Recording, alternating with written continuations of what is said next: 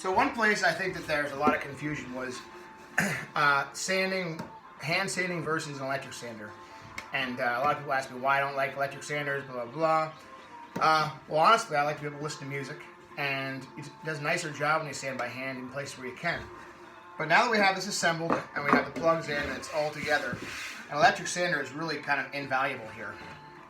If I want to sand like an area like this, where I have the rail meeting with up the leg, I have grain direction this way and I have grain direction this way. So I have opposing grain directions perpendicular to one another. So I can either be really gentle and try to stop, make sure I don't scratch this grain perpendicular to the grain direction, and kind of just go right here and just stop back and forth. Or I can use a sander like this, an orbital sander, which doesn't have any direction really. It's an oscillating sander, so it kind of moves in every direction. So it's not going to particularly scratch the grain in the wrong direction because it goes every way. So I'll use this to make sure that all my surfaces are flush. And I have a heavy grit on here right now because I just want to make sure that everything gets nice and flush. I also use this for the ends here, where we have end grain from the rails coming through and making sure that they get all flush and getting rid of the majority of those scratches. So I started off with an 80 grit, and I sanded that until all the machine marks were gone. One other thing to kind of point out that people get confused with is, I see a lot of people using this like this, and they're moving it around a lot. This is supposed to be used like this.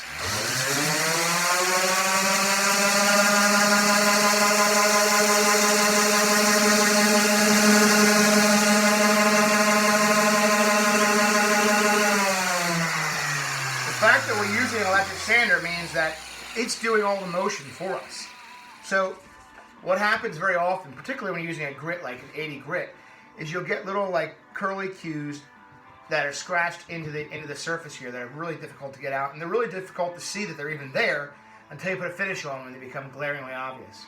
So I have gone over every place with the 80. Everything's flush how I want it.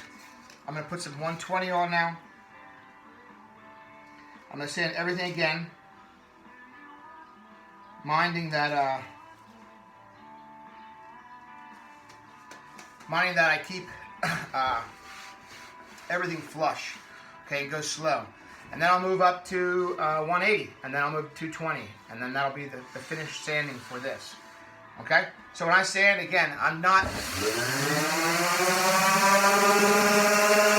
very slow. I'm not putting pressure down on the sander.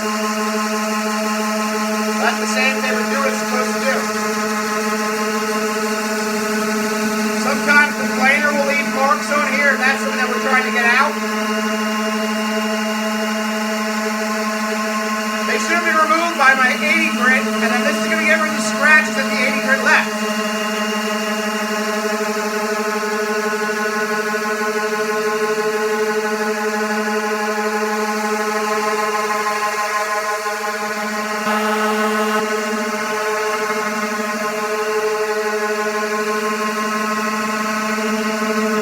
The other thing that you really never do with a sander here, and this is something that a lot of people are guilty of doing, is when I had these areas where I had to put the plugs in, a lot of people will tilt the sander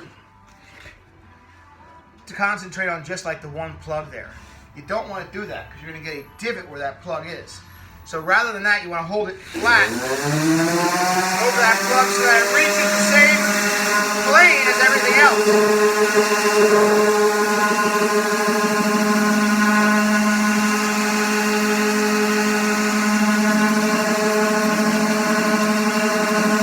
As I'm doing this, I'm looking for any scratches or things that may have been the result of early on or the last sander I used.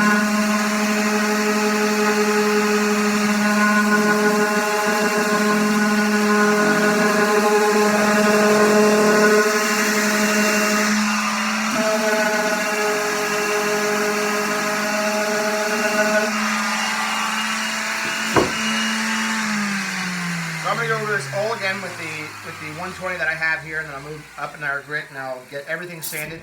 I'll go back over the corners again to make sure that they're dumped down. make sure they feel good. And I'm going to give it the Stevie Wonder test when I'm done here. I'm going to just feel everything, feel that everything's flat. The whole surface here is flat, and this surface here is flat around. Does it matter? Those things matter structurally. That it's flush? No, they don't. As long as we had our joints in tight when we secured them, that's really what's doing all the work here. The other parts is just what do you want it to be? You know, how nice do you want it to be at the end? And I want this to be a nice looking bench here. What I'm going to do next is make the tops for the steps here. So I have a couple boards that we're going to do that out of, and I'll show you that next.